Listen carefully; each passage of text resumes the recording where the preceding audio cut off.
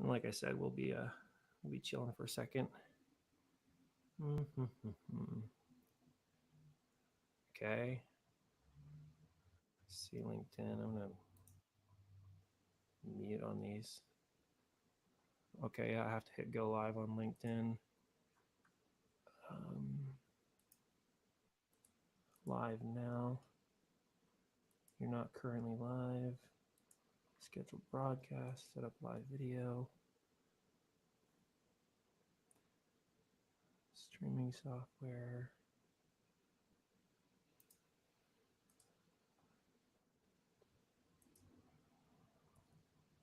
Looks like. Is that working? And then finally, YouTube.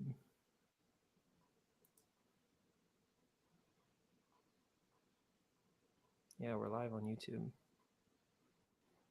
Hey, if you're hanging out with us, I'm not sure if this is streaming everywhere yet or not. You know, I am not a producer, but we're figuring it out. We should be ready to go here in a second. So folks will be in here. We'll do more of an official thing once I'm confident everything's working. YouTube seems to be working. YouTube, LinkedIn seems to be working also. Yeah, eventually we'll have a so we're live, baby. With all this. We're live. You validated on LinkedIn. We're live, and see. I'm gonna check on Facebook as well.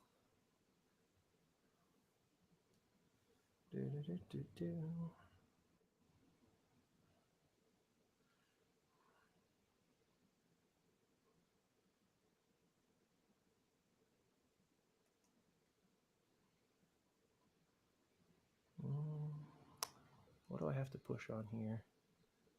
Oh, I think maybe it was just waiting for the top of the hour to get going on there.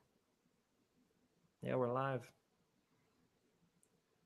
All right, fantastic. So we're live where we're supposed to be.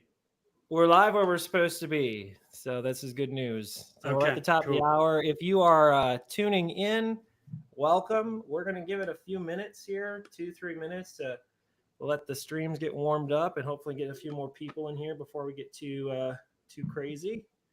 But if you're here, welcome. And we'll do more formal introductions and kind of lay out the groundwork for what we're going to do here in a second.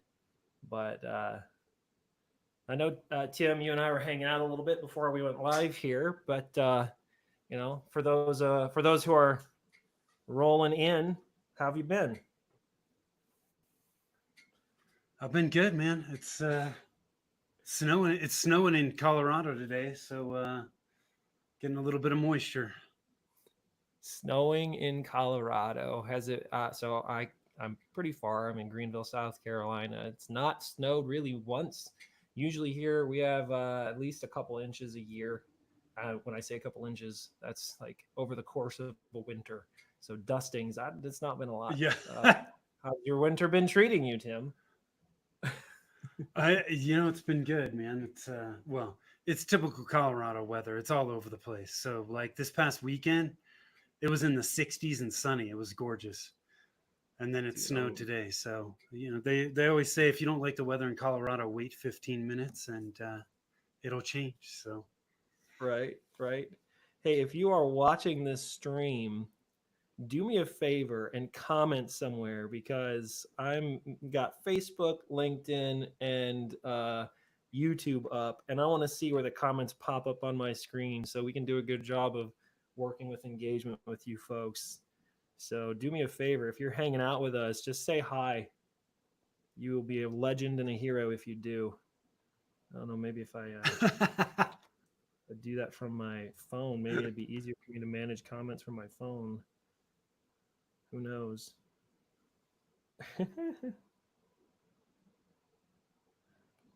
Well, that's my face. All right, I see a notification. Is that a comment? No? That's all good. That's all good. All right, we're 3 minutes past. So we're going to get started. Hopefully we have a few more of you folks trickle in throughout this conversation.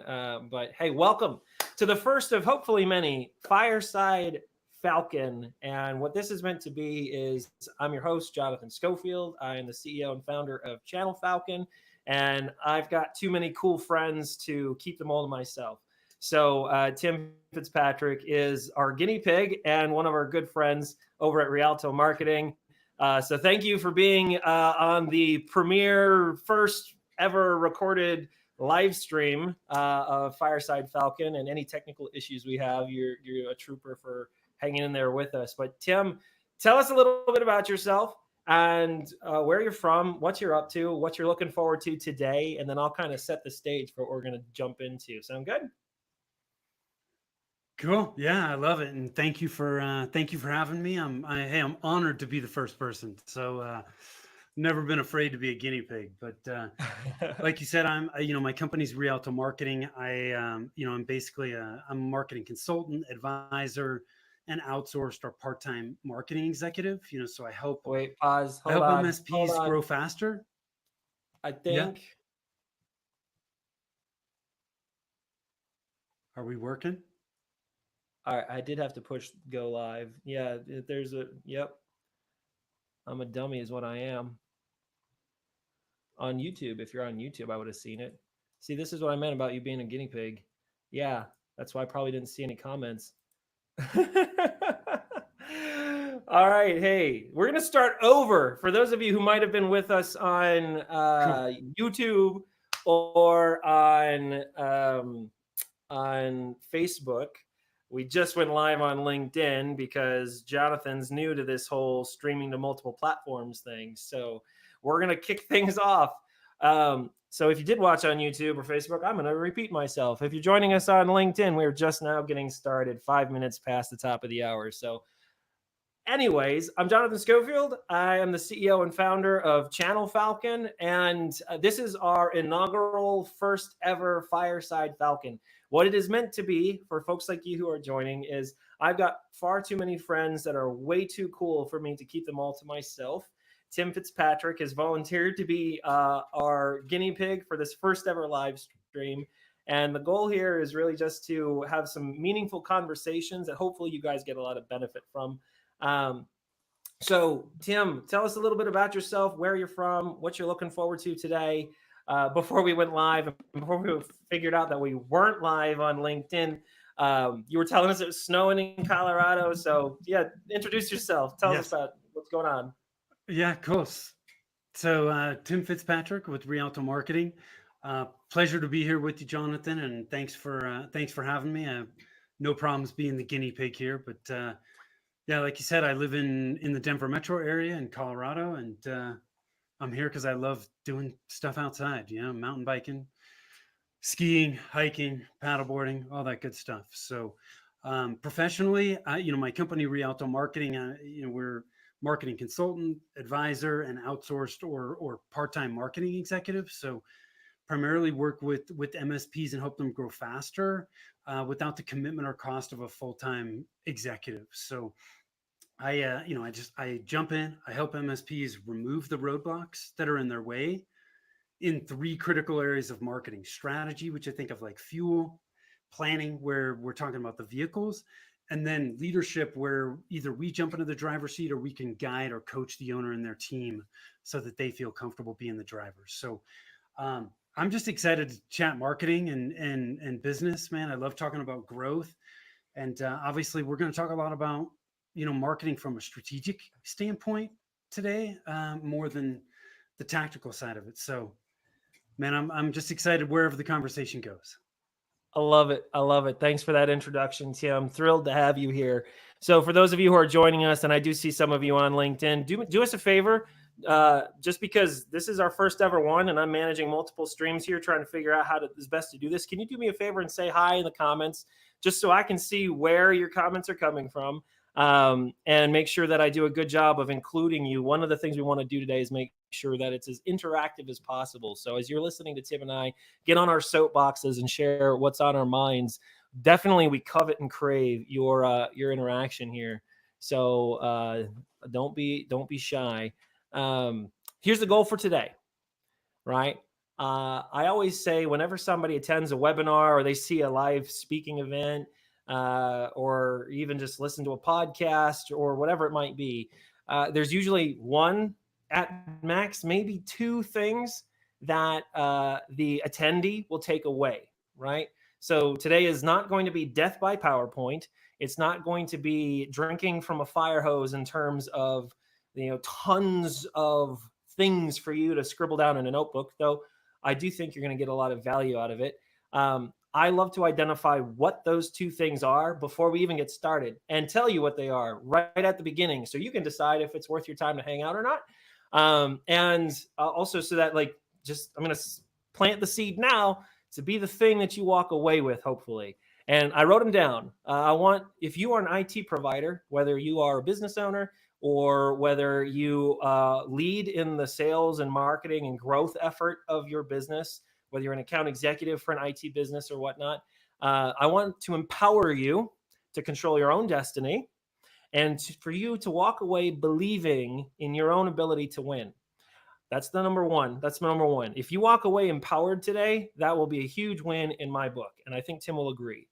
My number two, I want you to be motivated to, after today, if you haven't already, to start taking consistent action to that end every week. Now, if you saw the title and you were like, man, what's this all about? Education versus execution. There's a lot of great resources out there for you to train yourself, to learn tactics, strategy, best practice for sales and marketing, things that can help you move the needle. There's a lot of voices out there that have a lot of experience. And I always say there's nothing that I or probably Tim could teach you that you couldn't go figure out on your own. Difference is Tim and I have done this a little bit. We've got some experience. So if you walk away empowered and motivated, that'll be a huge win in my book. That's what I want for you. So I'm glad you're here. We're going to dump into it. But Tim, how do you feel about that as our objectives for today? Absolutely. And so I'll do my best to help make that happen. How's that? That's perfect. That's perfect.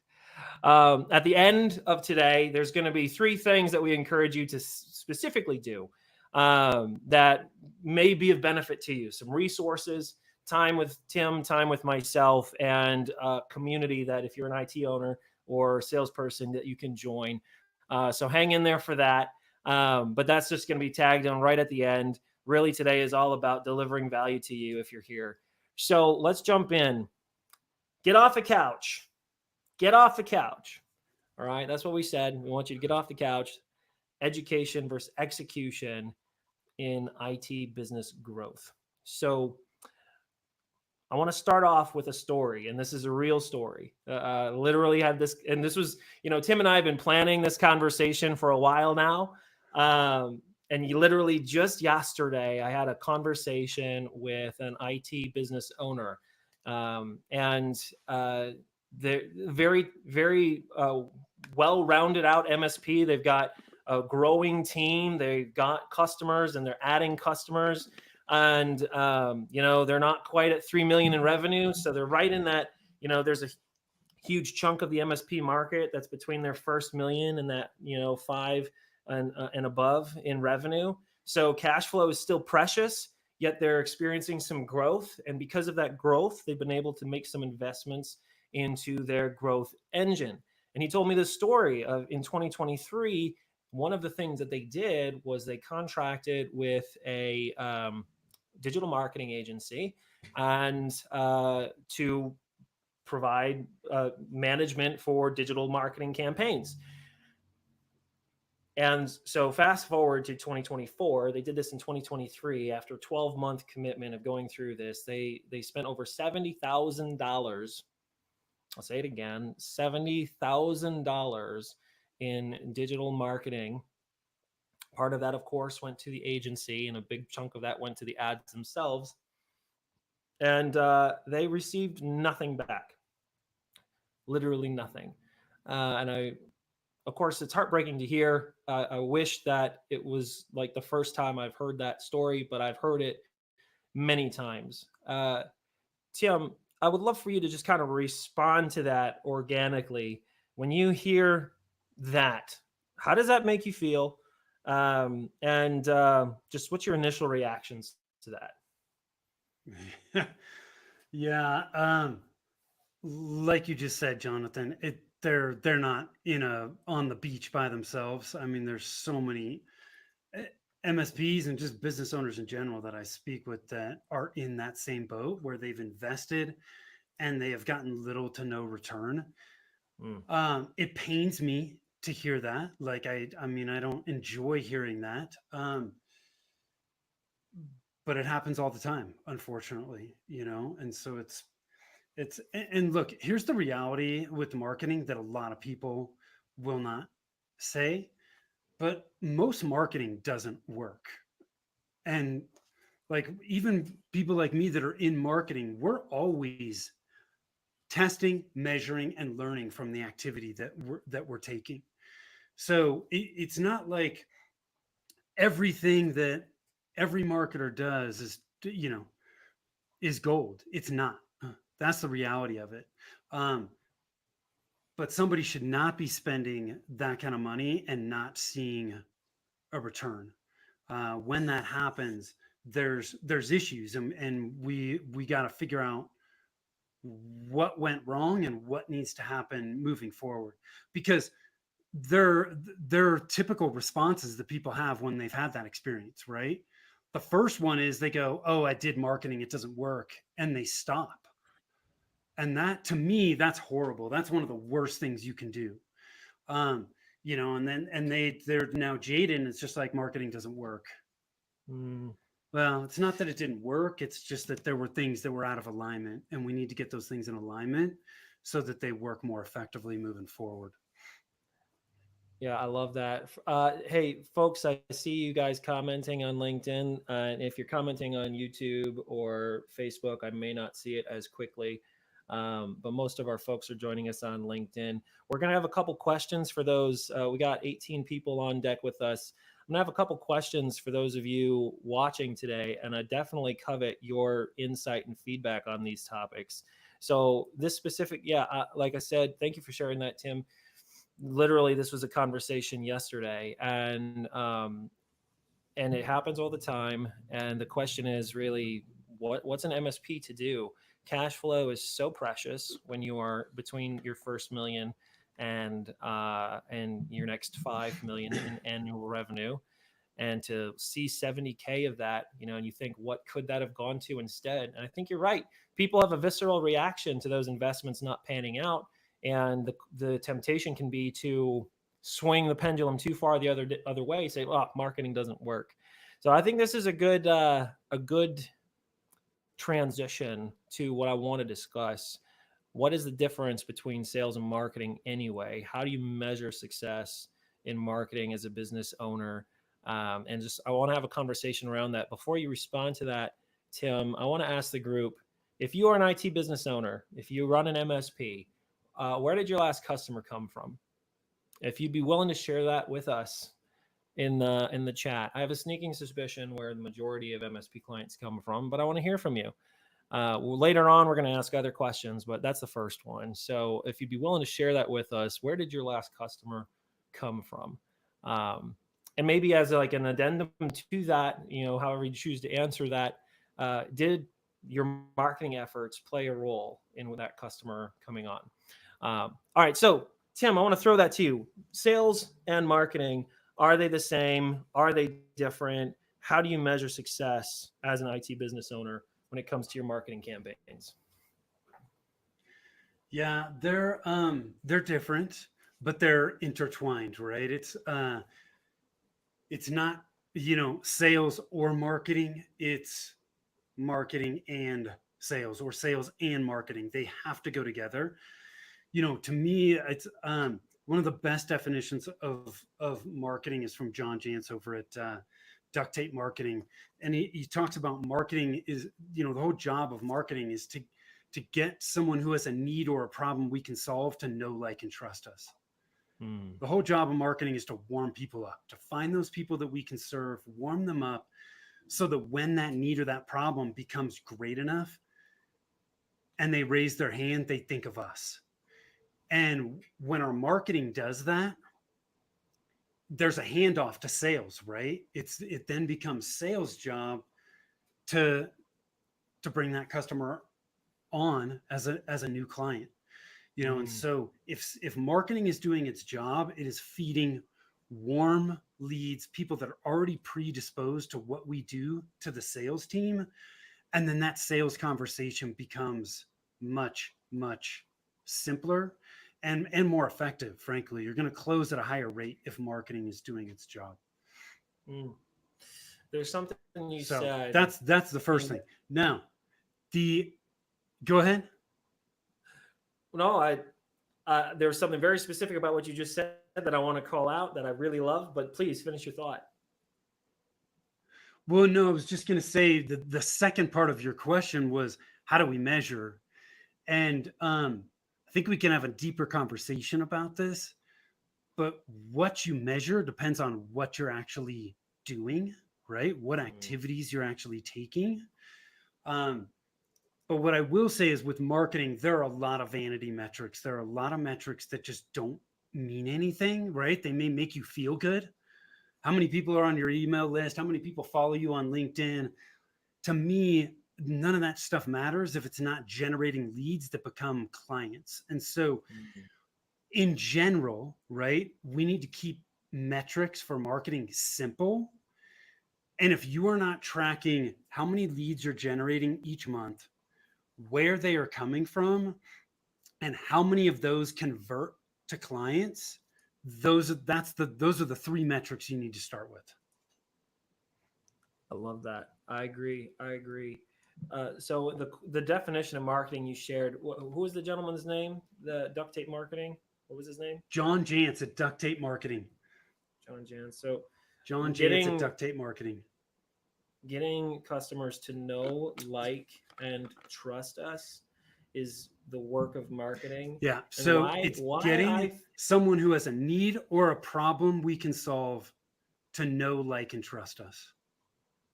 Yeah, a problem we can solve. Okay. So there's a very specific reason that is relevant to IT providers specifically.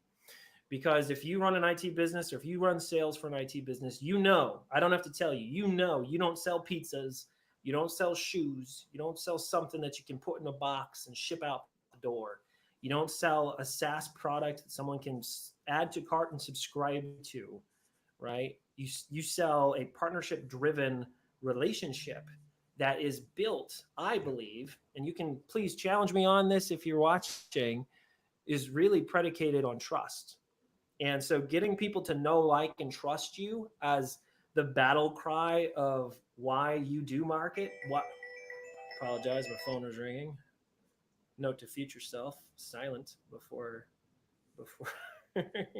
you go live. So yeah, we are in the business of building an economy of trust as IT business owners. Right? We need to be. And that's the challenge with marketing and leveraging, maybe what people consider traditional tactics or relying exclusively on a tactic to generate quote unquote leads, when the reality is changing IT providers is very disruptive for your customers, or at least they think it is. Some of you have gotten very good at facilitating smooth onboarding, but in the minds of the typical buyer, the minds of the typical prospect, their technology they leverage every day, the systems, the infrastructure, the tools, the processes, the policies. It's really intimate to share that with somebody, which is why a lot of folks hire IT staff to come in, and they're really literally on their payroll, and that's how they handle it. It's so intimate, they internalize it. But for those of them that can't or really can't exclusively rely on that, without that baseline layer of trust, your marketing tactic is like suggesting to your prospects they need to go through this highly disruptive experience to become a customer. And you're over here like introducing a painful prospect into their mind, and you're wondering why no one wants to talk to you. They see a digital ad from your MSP, or they get that cold email talking about, using IT to, do X, Y, or Z. And in their minds, they go back to this, dialogue of pain that they're constantly having internally. And, they don't know you. They don't know you. So how can they trust you? So know, like, and trust. I love that. So as you guys are working on your own marketing, or you're thinking through the challenges here, that is how do you measure trust? Well, ultimately, you measure trust in new customers and revenue, because if somebody signs your agreement and gives you dollars, that's a demonstration of trust for sure. Um, do you measure trust in impressions on a website? Do you measure trust in, like you said, subscribers to your newsletter? Do you measure trust in clicks on an ad? How do you measure trust in marketing? So I think that's a bigger conversation. But yeah, I love getting those who have a problem we can solve to know, like, and trust us. So if you were having a drink with one of our viewers today, right, Tim, you're meeting with them over coffee, and they're telling you, man, I just spent 70K on digital ads last year, and you're hearing, man, you spent $70,000 to try and attempt to get people to know, like, and trust you, and you saw nothing back from it. What would you tell them is the first thing they need to start doing? I would say we need to take a step back and make sure that the fundamentals are in place, right? It's so easy for us to skip the fundamentals, especially when it comes to marketing, right? Because Jonathan, there's so many different tactics, so many different marketing channels, right? It's just information overload. Right. And most MSPs just jump immediately into the tactics without having the fundamentals and a strategy in place. And, it goes back to what I said in the beginning. Strategy and those fundamentals of marketing are the fuel. When we just jump into the tactics and choose vehicles, whether it's paid ads or social media or content marketing or whatever it may be, we've got these vehicles and we have no fuel. And we all know that is not going to work. And that is why most marketing fails. We've skipped strategy and we've jumped immediately to tactics. And in the MSP space, look, we have this could be a future episode. Go to 5 of your competitor websites. I'd be willing to bet that at least 4, if not 5 out of the 5 say the same flavor of message. They say the same thing. There's no differentiation between competitors. And when that happens, what's a prospect or potential client supposed to do? How do they compare? They compare on price. And nobody wants to compete on price. So when we go back to strategy and those fundamentals, we're looking at things like, who are you targeting? Like, do you really understand who your ideal clients are? What's your message to that market? And is it creating a clear differentiator? Right? We have to come back to those things first so that you have the fuel for the vehicles that you're going to use. So anytime somebody has had a marketing issue, I always want to go back to the strategy and make sure that the fundamentals are in place. Because if they're not, everything that you choose to do is going to suffer as a result. So here's my challenge with what you're saying, Tim, and I don't disagree with you at all. I actually fully agree with you, but I'm going to put my MSP hat on for a second. So I'm only of course. Theoretically, I'm at 1.5 million in revenue at my MSP. I've got 12 employees. Maybe I've got, let's say, 35 customers. Let's say 1,500 endpoints under management. I am the subject matter expert for pretty much everything in the business. Maybe I have a partner, maybe I have a senior technician that I trust implicitly on the technical side. But when it comes to new customers, founder-led growth has been my blessing and my curse. I am the gentleman that has to bring the customer across the line. Even if I have an account executive, they only bring the ball so far down the field. I'm always the one who has to run it into the end zone. So here I am wearing 17 hats in my business, and no one else closes. So you're telling me I have to go back to the basics in marketing, and I have to figure out how to build that marketing foundation I've got limited cash flow, limited budget. I have to run the business, and I'm the only closer. What do you tell him? What do you tell me as the MSP owner? Because that's the challenge that I find with a lot of these guys. Because you and I, like, we don't run MSPs, and a lot of like the theory and the practice and the stuff we're saying is absolutely true. I think sometimes MSPs get frustrated when they hear that, because they're like, I'm just one guy. I'm just a small team. I don't have the money. I don't have the bandwidth. What do you tell him? Yeah. Well, you have to create space, right? And you have to create bandwidth, right? Because you're never going to be able to, if you want to grow your business, right? If you're happy where you're at, cool, that's fine. There's nothing wrong with that. But if you want to grow your MSP, you have to create space. Because if you're where the buck stops for everything, you're never going to gain traction. And so,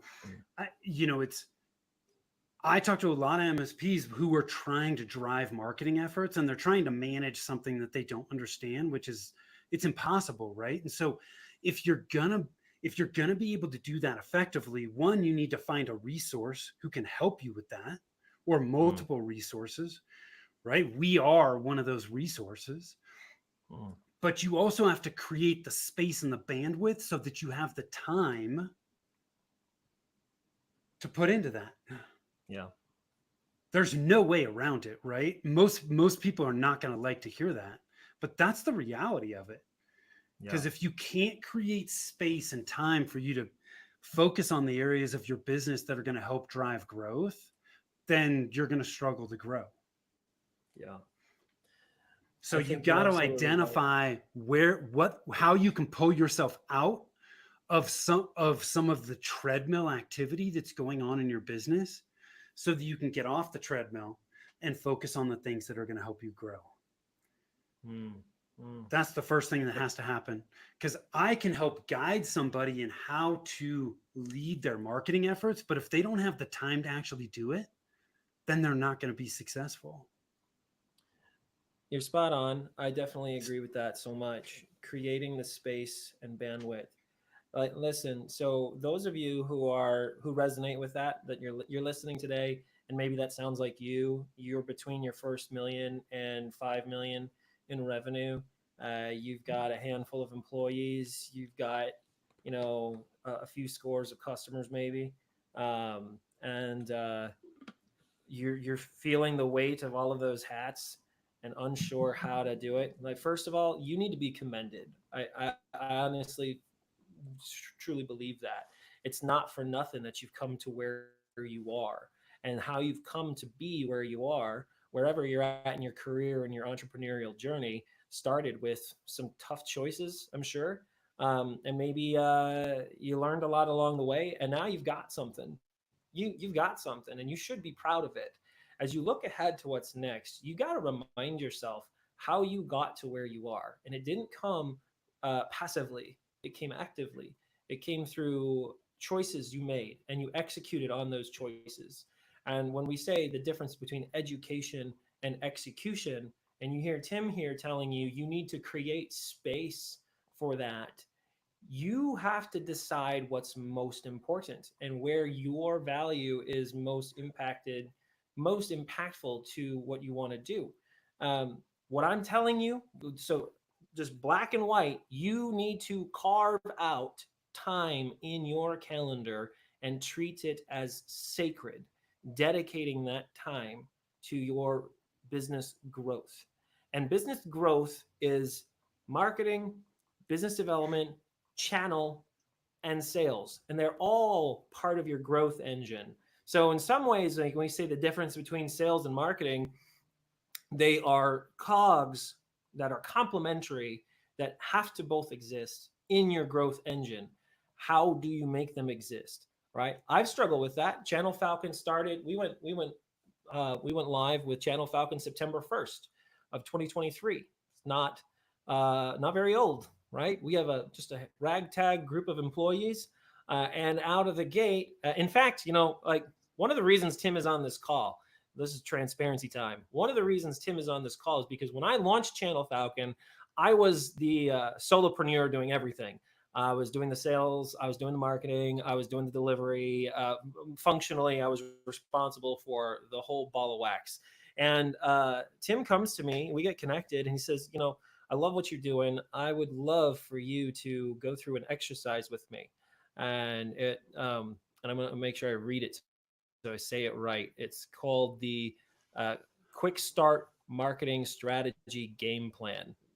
Did I say that right? Quick Start Marketing Strategy Game Plan. Yeah, yeah, Okay. So what you Tim got it. did is he sat down with me, and like I expressed some frustrations with him because here I am wearing a ton of hats on my own, and we have and if you not, maybe you're not familiar with Channel Falcon, but Channel Falcon kind of has two audiences. We speak directly to the SMB and the mid market about IT, cybersecurity, and compliance, and then we speak on the other side to folks like you, IT service providers, MSP, security folks, just like you. Okay. Um, so talk about challenges in messaging. I have two target audiences now, and I'm the solo guy doing it. And so what he did is Tim sat down with me, and through this quick start marketing game plan exercise, we basically identified what's the status quo we're dealing with right now, right? And what are some goals that we really want to achieve? And then what are some tangible, practical things that once that space is created, we can prioritize and actually work towards seeing some of these things being legitimately accomplished rather than throwing mashed potatoes against the wall, hoping something sticks, throwing $70,000 at digital marketing and hoping for the best, right? How can we strategically, incrementally, over time, without killing ourselves and killing our budget, make progress towards, helping those that could benefit from our services know, like, and trust us? And I got to tell you, man, on the other side, so maybe I'm stealing your thunder here, Tim, but I'm just a raving fan of what you've done. That's all good. Is on the other side of that, he delivered, we went through this process over a couple of calls. On the other side of that, he delivered to me this report. What the report did is basically outlined, who we are, where we're at, where we're trying to go, and, like 90-day sprint of things that we can do this quarter that are going to help us get closer to our goals. Things that don't have to overwhelm you, things that, with minimal effort, but intentional work, we can do. One of the things I learned, though, is that I had to identify my own value and where I had the most impact in the business. So some of you who are familiar with me, familiar with Channel Falcon, uh, we just recently brought on a marketing coordinator. Jess, I think you're watching. So thank you, by the way, for helping us promote all of this. But yeah, that's part of me creating space for growth. Yeah. And yeah, sometimes you're going to spend money. Sometimes you're going to invest in things. But there's a difference between investing in strategy and throwing dollars at a tactic and hoping for the best. And what I mean by throwing dollars at a tactic and hoping for the best is, man, everybody wants that easy button in sales. And I'm here to tell you that does not exist. There are so many people out here telling you, you use this tool, you use this strategy, you use this, not strategy, you use this tactic, this one little trick, 3-step process, and now the leads fall through the roof and you're drowning in revenue that wasn't there before. And that's not a reality. And anyone who tells you it is lying and wants your money, right? They want $70,000 a year to give you nothing back. And I don't want that for you. Tim doesn't want that for you. It's going to require creating that space, disciplining yourself to treat that space as sacred and faithfully, consistently executing on it. So one of the things I want to make sure we do today, and we're a good chunk of the way into this conversation, I do want to make sure by the end of this call or this meeting, that we give you some of those practical things that you could take away and actually start moving the needle on. I highly recommend, if you haven't talked to Tim before, going through his process to kind of get your own quick start marketing game plan on the other side of talking to him. It was really helpful for me, really helpful for Channel Falcon. I think any MSP who's taking marketing seriously should probably do it. You'll get his calendar link before we're done, I promise. Anyways, I got on a soapbox there just because I'm super passionate about that. Email drip campaigns, LinkedIn automation, digital marketing, click funnels, even things like that I believe in, like cold calling and social media, investing in SEO, blog posts, content, syndicated content. There's a bajillion different things out there. Those are not strategies. Those are lumps of mashed potatoes you can throw against the wall. Can they be part of a strategy? Sure. But if you're going to bet the farm on a tactic, don't be surprised when you're disappointed on the other side of it. And I don't want that for you. And I know some of you have had that experience and maybe you don't know what to do. Tim, what would your suggestion be to someone who has had that experience? Yeah, Jonathan, I mean, it kind of goes back to what I touched on earlier. We got to go back to those fundamentals, right? And take the time to get the proper strategy in place. It's, a lot of people when we work on strategy feel like they're not doing anything, right? They're not taking action. But what we're really doing is taking the time now so that you can go faster later. Mm. Because when you're a year into a contract and you spent 70 grand and you didn't get anything, guess what? You just wasted a year. You would have been better off taking 2, 3, 4 months. Sometimes it's not that long, but sometimes it is, to get these strategic elements in place. So look, from my standpoint, everything with marketing starts with your target market, the market you're going to serve, and who your ideal clients are. One of the first and simplest places to start for any MSP is to look at their existing client base, to really identify and understand who your ideal clients are. And to me, I call them the 3 power questions, right? Who do we love working with? Who are our most profitable clients? And who are we getting great results for? Those are the 3 questions you can ask yourself to start to hone in on who your ideal clients are. Because if you can work with people that check all of those boxes, those 3 boxes, day in, day out, how much better is your MSP going to be? You're going to be loving the people you're working with. You're going to be making money and you're getting great results for them, which means what? They're happy. They want to buy more from you. They want to stay with you longer. They want to refer you. Start there. If you do one thing from this conversation, ask yourself the 3 power questions and start looking at who are those people that check all those boxes that we're already working with. This is a great time to segue into an exercise that I encourage you all to participate in. It's actually 2 exercises. The first one I just thought of again because of what you just shared about love, who you love working with, who's profitable, and who do you deliver good results for. When I have a consulting client, which is a smaller component to what I do, but I do have a few consulting clients that I work with on revenue operations and those types of things. One of the first things I have them do is one of our first calls. I say, I want you to bring a spreadsheet to our next meeting. And in that spreadsheet, I want you to have identified your 5 favorite clients, your 5 favorite clients that are perfect in your mind. Like you love working with them. It's a good experience all around.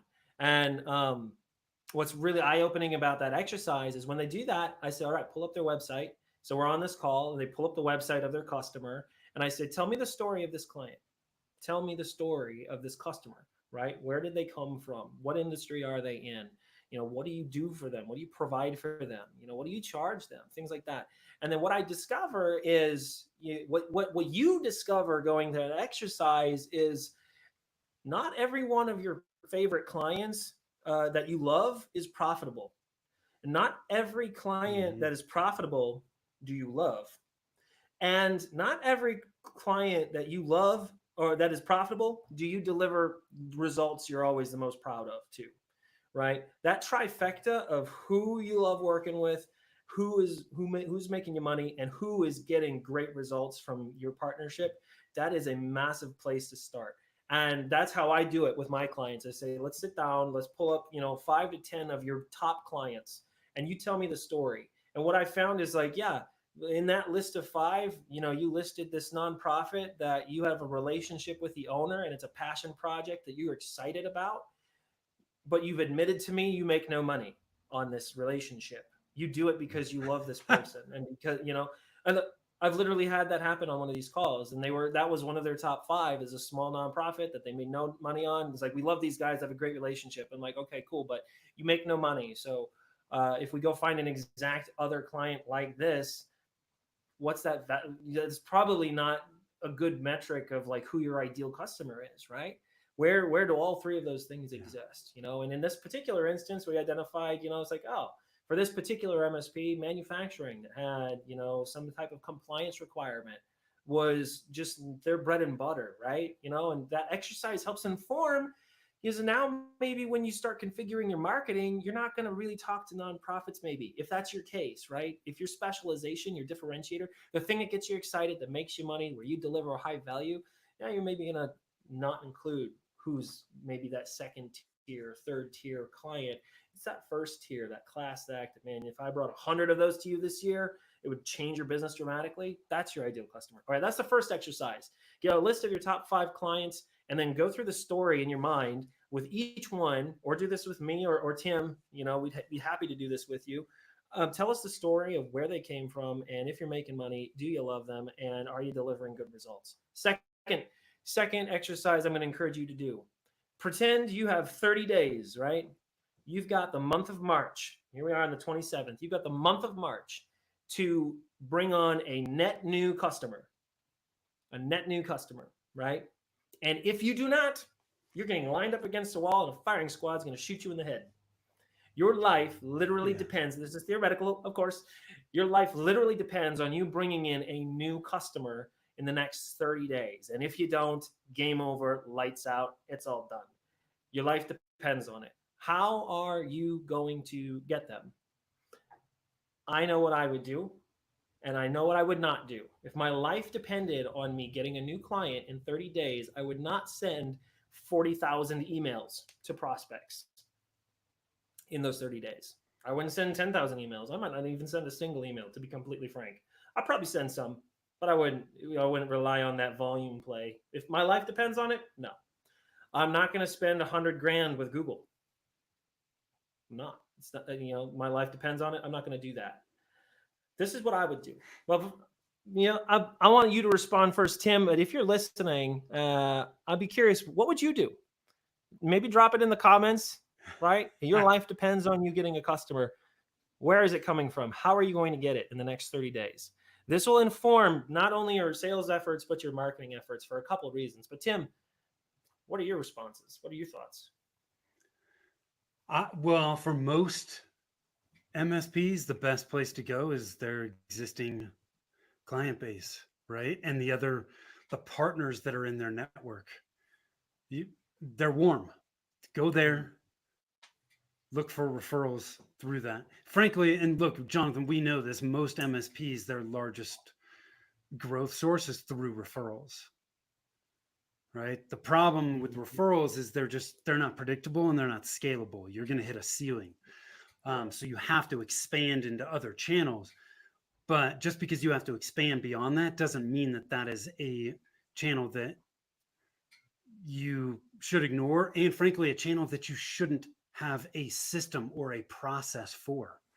Right? We need to build advocates within our business, and those advocates are our best clients and our partners.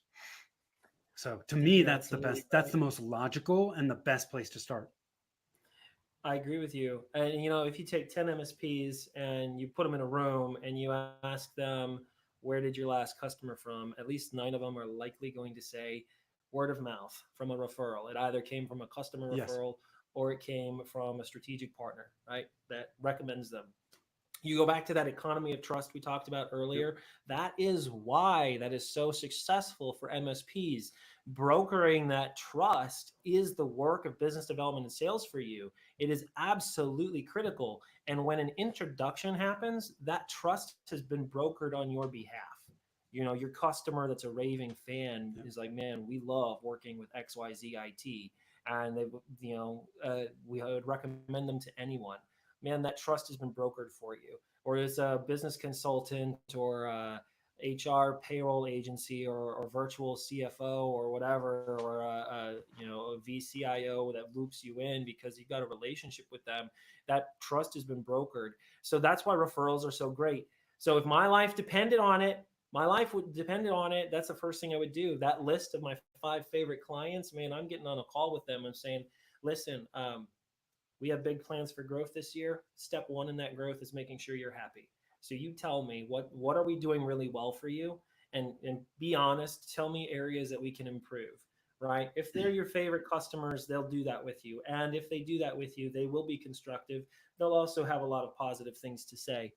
Um, and um, so the last two questions I ask in that exercise with that customer, I say, I ask the net promoter score question. I say, on a scale of 1 to 10, how likely are you to recommend, XYZ to a peer or colleague? And if I get a 7 or above, I roll right into my next question. Can you think of 3 to 5 people right now that you'd be willing to send a mutual introduction email to, that are peers of yours in your industry, or fellow business leaders that could benefit from the same kind of positive experience you've had? And if, okay, great, you can. By the way, here's a canned email template I've already written for you. You literally just have to copy and paste, change the names, make sure I'm CC'd on it, hit send. I'll take care of everything else. You make it as painless as possible for them to send that referral. Yeah. And of course, they can customize that email if they want and write it themselves. But what you've done is you basically said, hey, you just told me you love me. All right. And you want to help support me and help me grow. And so this is the best way you can do that. If my life depends on it, I'm doing that with as many customers who will give me the time of day in the next 30 days. That's the first thing I'm doing. Now, you have a limited customer base and your life depends on it. So you're not going to rely exclusively on that exercise. The second thing I'm going to do is I'm going to draw a 50-mile circle. And remember, you run a $1 to $5 million MSP, right? So you don't have tons of cash flow, and you just admitted to me that you, as the business owner or chief salesperson, are the one that's solely responsible in many cases for growth, right? So what I'm about to say might sound like a hell of a lot of work. You got to do something, right? And you have to take action. Here's one way you can.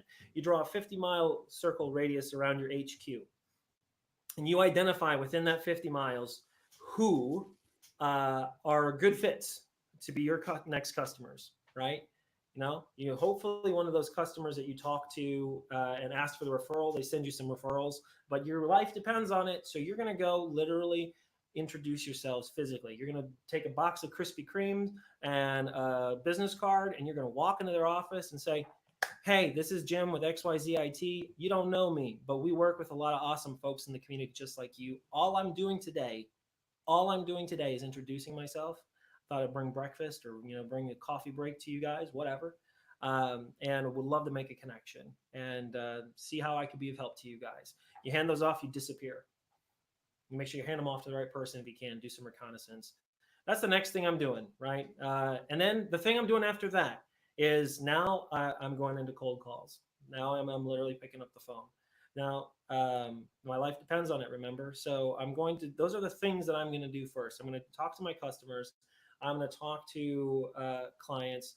I left one out. You also, anyone that you have a business relationship with, that could facilitate a referral. This is kind of like a 2.0, a 1.2, I guess, to that first one. You do the same thing with anyone that's ever referred business to you in the past.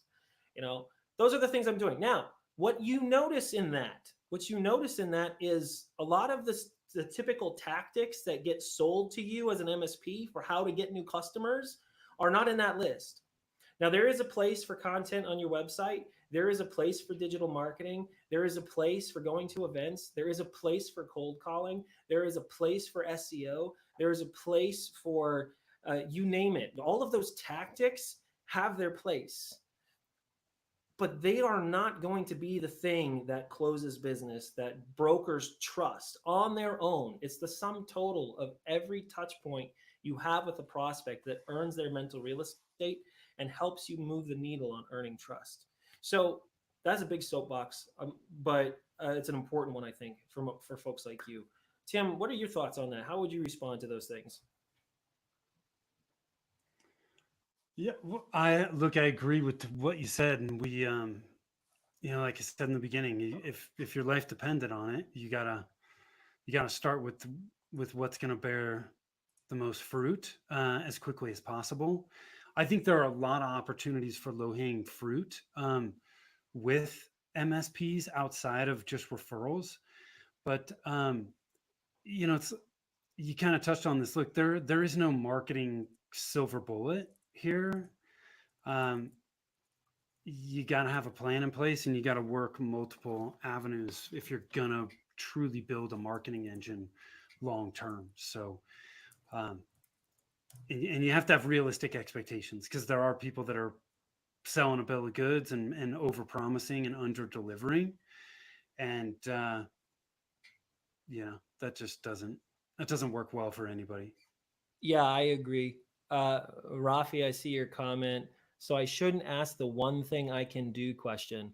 Maybe I'm just having a brain fart, not understanding. But do you understand what he's talking about, Tim? What's the one thing I can do question? I n- I'm not I didn't know if that sure. would trigger anything for you. I'm not sure where it's from. Um, Uh, yeah, it must be a common thing that we should know. But no, I don't know what that question is to ask it. But what I would say is that yeah, authentic physical human connection is the fastest path to earning mental real estate with your future customer, and which is why a referral is so powerful, because that authentic physical human connection has been brokered for you. That trust has been brokered for you. So whatever question you ask, that's what you need to go for, is authentic physical human connection. We're running out of time. We're coming to the top of the hour. It's hard to believe, but I wanted to touch on a few things before we wrap up here. Um, Practical, tangible steps as an IT business owner, right? So I've just told you what you need to do in March if you really want a new customer. What I would do if I ran an MSP and I really needed a net new client, those are the things I would do.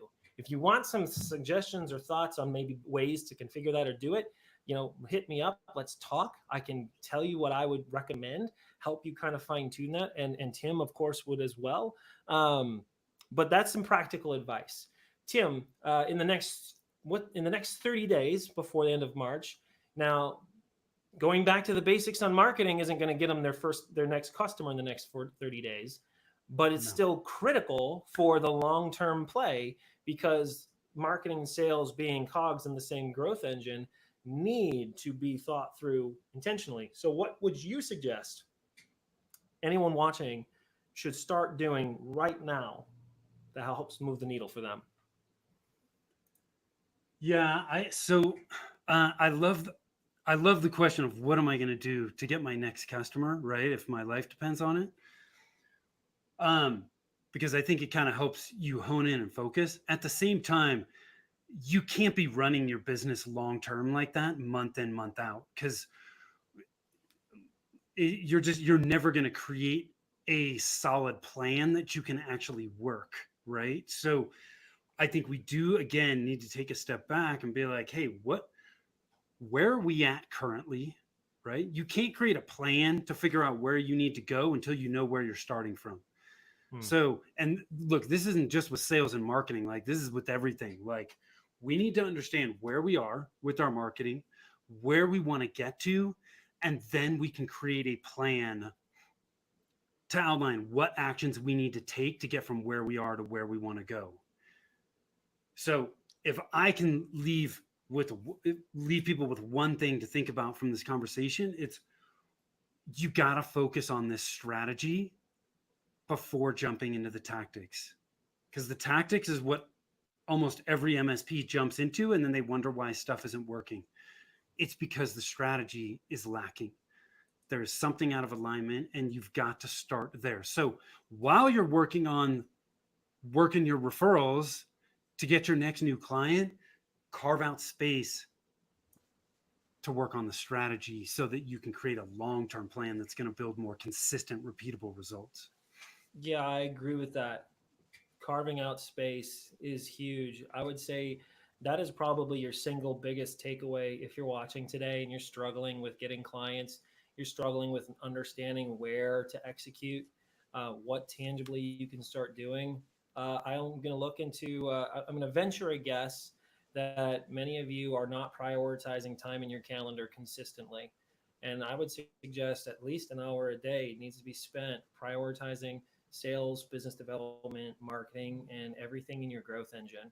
If you do that first, yeah, and obviously the more you can do, the better. I mean, eventually you need to hand off a lot of the running the business components to someone else. I know some of you think, man, I'm going to offload the sales engine. I'm going to offload the marketing engine and bring in a partner to do that stuff for me. Can that work? Sure. But honestly, there is no one more qualified. There is no one more qualified in that $1 to $5 million MSP to move the needle on your sales and marketing than you.